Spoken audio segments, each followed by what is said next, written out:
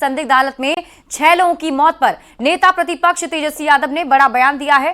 तेजस्वी यादव ने कहा है कि शराब से हो रही मौत को छिपाया जा रहा है।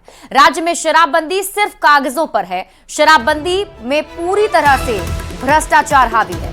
तो तेजस्वी यादव का यह बड़ा बयान सामने आया है। आपको बता दें कि बेतिया में 6 लोगों की संदिग्ध हालत में मौत हुई है और इसी पर सियासत अब गर्मा गई है। तेजस्वी यादव ने कहा है कि शराब से मौत हुई है, इसे छिपाया जा रहा है और बिहार में शराबबंदी सिर्फ और सिर्फ कागज पर है।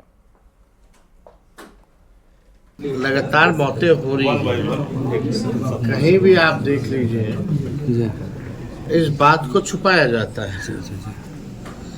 बिहार में शराबबंदी केवल जो है कागजों पर है, ये किसी से छुपा नहीं है। और कैसे उपलब्ध हो रहा है, कौन उपलब्ध करा रहा है, कौन जो है कार्रवाई नहीं कर रहा, सबका एक फिक्स हो चुका है। और तेजस्वी यादव के आरोपों पर सियासी गलियारे में वार पलटवार का दौर भी शुरू हो गया है। क्या कुछ कहना है, आइए आपको दिखाते हैं। बिहार की जनता को पता है कि वो अपहरण के बदले फिरौती वाली सरकार, नौकरी के बदले जमीन वाली सरकार को दोबारा वापस नहीं लाएगी।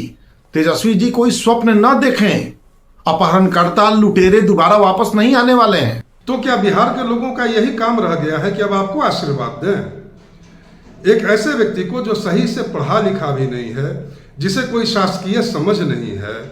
आपकी जो परंपरा है, आपकी परंपरा से सारे बिहार के लोग वाकिफ हैं, तो यह तो उनके लिए आत्महत्या जैसा होगा। बिहार की जनता एक नई युवा पीढ़ी के सरकार की तरफ नजर टिकाई लगी है, क्योंकि उसने पढ़ाई की बात की, लिखाई की बात की, कमाई की बात की, मजदूरों की बात की, किसानों की बात की, महिलाओं की बात की, खेलकूद की भी बात कही। तो बिहार में महागठबंधन की सरकार 2025 में बनना तय है। पूर्णिया से निर्दलीय सांसद पप्पू यादव ने विधानसभा चुनाव को लेकर बड़ा बयान दिया है। पप्पू यादव ने कहा है कि आगामी चुनाव में विपक्ष का नेतृत्व कांग्रेस को करना चाहिए। पप्पू यादव ने कहा कि कांग्रेस का गठबंधन जिससे भी हो, उस पर कोई आपत्ति नहीं है, लेकिन विधानसभा चुनाव में बिना किसी चेहरे के कांग्रेस के नेतृत्व में चुनाव लड़ना चाहिए। पहले भी कहा हूं कि कांग्रेस को नेतृत्व करना चाहिए। गठबंधन जिससे है, मुझे कोई आपत्ति नहीं। व्यक्तिगत राय है, बिना किसी नाम के घोषणा के चुनाव लड़ना चाहिए। और इसी बीच आपको मुजफ्फरपुर से बड़ी खबर बताते हैं। कुढ़नी के मुखिया के घर एक बार फिर से एनआईए की टीम पहुंची है। नंदकिशोर राय उर्फ भोला राय के घर एनआईए की टीम पहुंची है। मुखिया की गाड़ी अपने साथ ले गई है। एनआईए की टीम ने 1 महीने पहले भी यहां पर दबिश दी थी। एनआईए ने मुखिया के मनकौली स्थित घर में रेड की थी। बीते महीने कई घंटे तक पूछताछ भी चली थी। कई कैश और डॉक्यूमेंट्स भी यहां से बरामद हुए थे। AK-47 बरामदगी मामले में एनआईए की टीम ने रेड की थी। मुखिया के बेटे देवमुनि पर AK-47 रखने का आरोप है और एक बार फिर से एनआईए की टीम मुखिया के घर पर पहुंची।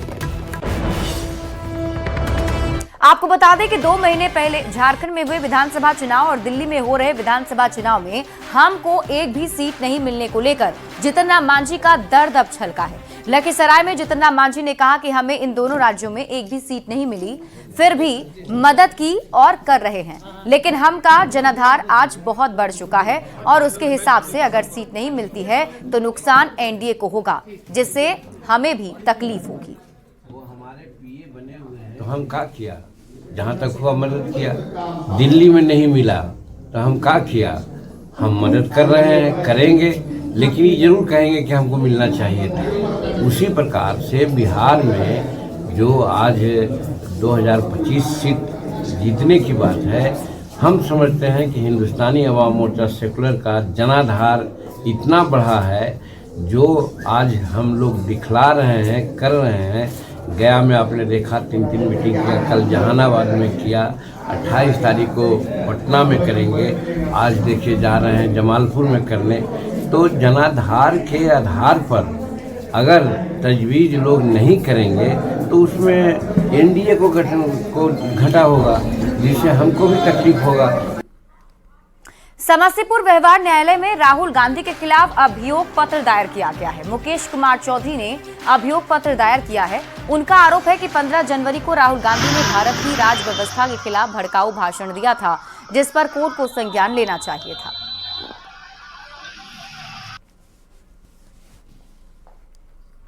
तो मेरा उद्देश्य यही है कि जो देश में हम हैं, पल भर रहे हैं, इस देश के बारे में अगर कोई किसी तरह का गलत टिप्पणी करेगा तो गलत है। और ये मेरा मानना है कि इसीलिए मैंने न्यायालय के पास भी गया हूँ कि न्यायालय, सक्षम न्यायालय जो है, आदमी कहाँ जाता है? न्यायालय जाता है। न्यायालय उस पर जो कार्रवाई करेगा। अयोध्या में बने भव्य राम मंदिर में रामलला की प्राण प्रतिष्ठा के 1 साल पूरे होने पर कल पटना में भव्य कार्यक्रम होगा। मंत्री नितिन नवीन के आवास पर विशेष पूजा का कार्यक्रम रखा गया है। राम मंदिर के उद्घाटन की पूर्व संध्या पर आज से 24 घंटे के लिए अष्टयाम शुरू हो रहा है। कल पूजा संपन्न होने के बाद आम लोगों के लिए विशाल भंडारे का भी आयोजन किया गया है। हमारा पवित्र अयोध्या में राम मंदिर का पूरा 1 वर्ष पूरा होने जा रहा है और 22 जनवरी का वही तिथि था जिस दिन करोड़ों हिंदुओं का सपना साकार हुआ। तो उस दिन को स्मरण रखते हुए हम लोगों ने अष्टयाम का आयोजन किया है रामनवमी कमेटी की तरफ से, और पूरी तरह से आस्था के माहौल में समस्त पटना वासियों को निमंत्रण है कि आप आइए, उस राम मंदिर की परिकल्पना के साकार होने के उस दिवस को हमेशा अपने जीवन में रखें। अररिया के डीआरसीसी में टीआरई 3 के सफल अभ्यर्थियों की काउंसलिंग शुरू हुई है। डॉक्यूमेंट वेरिफिकेशन के बाद ये सभी अब सरकारी शिक्षक के रूप में अपना योगदान देंगे। आपको बता दें कि डॉक्यूमेंट वेरिफिकेशन के बाद शिक्षा विभाग इन्हें स्कूल आवंटित करेगा। काउंसलिंग के लिए पहुंचे अभ्यर्थियों के चेहरे पर नौकरी मिलने की खुशी साफ दिख रही थी और लगातार बम्पर बहाली के लिए नीतीश सरकार की तारीफ भी कर रहे हैं। अररिया के डीआरसीसी में तस्वीर में साफ तौर पर आप देख सकते हैं टीआरई 3 के जो सफल अभ्यर्थी हैं उनकी भीड़ जो है काफ़ी यहाँ पर नज़र आ रही है, और जो स्टूडेंट हैं उनसे सीधे जानने का प्रयास करते हैं कि किस तरीके से जो है काउंसलिंग किया जा रहा है। चूँकि डॉक्यूमेंट वेरिफिकेशन के बाद अब ये सरकारी शिक्षक बनेंगे और नए साल में जो है उन्हें शिक्षा विभाग के द्वारा स्कूल भी आवंटित करना है। बहुत लंबी दूरी तय करके हम लोग अपने हरासमेंट हो गया है और इतनी देर लाइन पे खड़े होने के बाद तो और भी थोड़ा सा स्लॉट 1 के हैं, स्लॉट 2 के हैं। ठीक है जी, क्या नाम हुआ आपका? मेरा नाम सुमन कुमार है। बहुत खुश है हम, यह नौकरी मिली है, बहुत खुश है हम। बिहार सरकार का आभारी है। क्या नाम हुआ आपका? अंतरा हाजरा। अंतरा हाजरा। बहुत खुशी है सर, बिहार सरकार को कहेंगे धन्यवाद। ऐसे ही वैकेंसी निकालती रहे हमारे लिए और बच्चों के लिए ऐसे ही शिक्षा के क्षेत्र में अच्छे काम करते रहें। नाम बता दीजिए। शिशुपाल कुमार।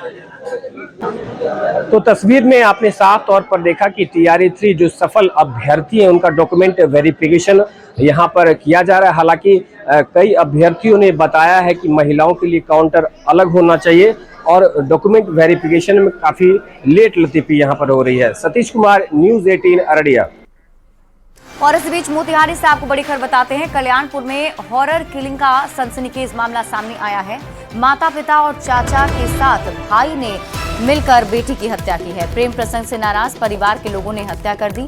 नाबालिग बेटी को मौत के घाट उतार दिया। शव को सुनसान इलाके में दफनाने की कोशिश की जा रही थी। पुलिस को सूचना मिलते ही शव को कब्जे में ले लिया गया है। पुलिस ने 4 लोगों को गिरफ्तार भी किया है। चकिया डीएसपी सत्येंद्र सिंह ने इसकी जानकारी दी है।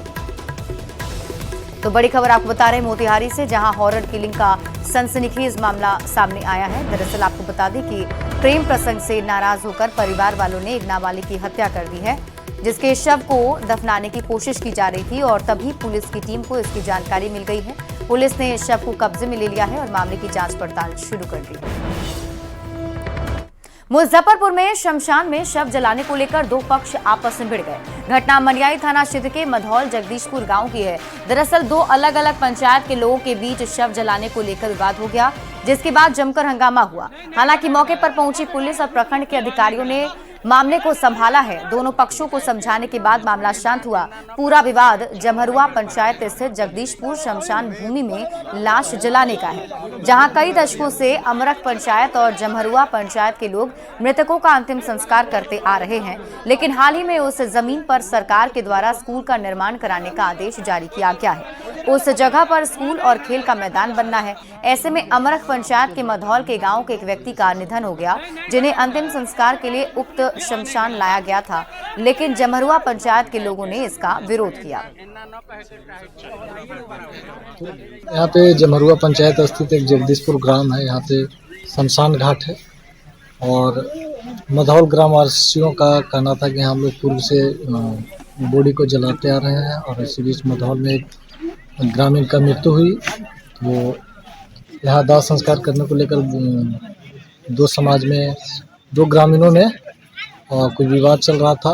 तो डॉक्टर भीमराव अंबेडकर जो है कॉलेज जो पास होकर आया, सेंक्शन होकर आ गया है और उसके बगल में WPO पहले बना हुआ है, 2 साल पहले 1.5 साल पहले बना हुआ है। उसके बाद जो बगल में जो है खेल का मैदान भी बन रहा है, उसमें 2 वोटों के बीच जो है हमारे जमरुआ पंचायत के लोग और अमरक पंचायत के लोगों में विवाद चल रहा है। वो लोग का कहना है कि शमशान है लेकिन बिहार सरकार जमीन है।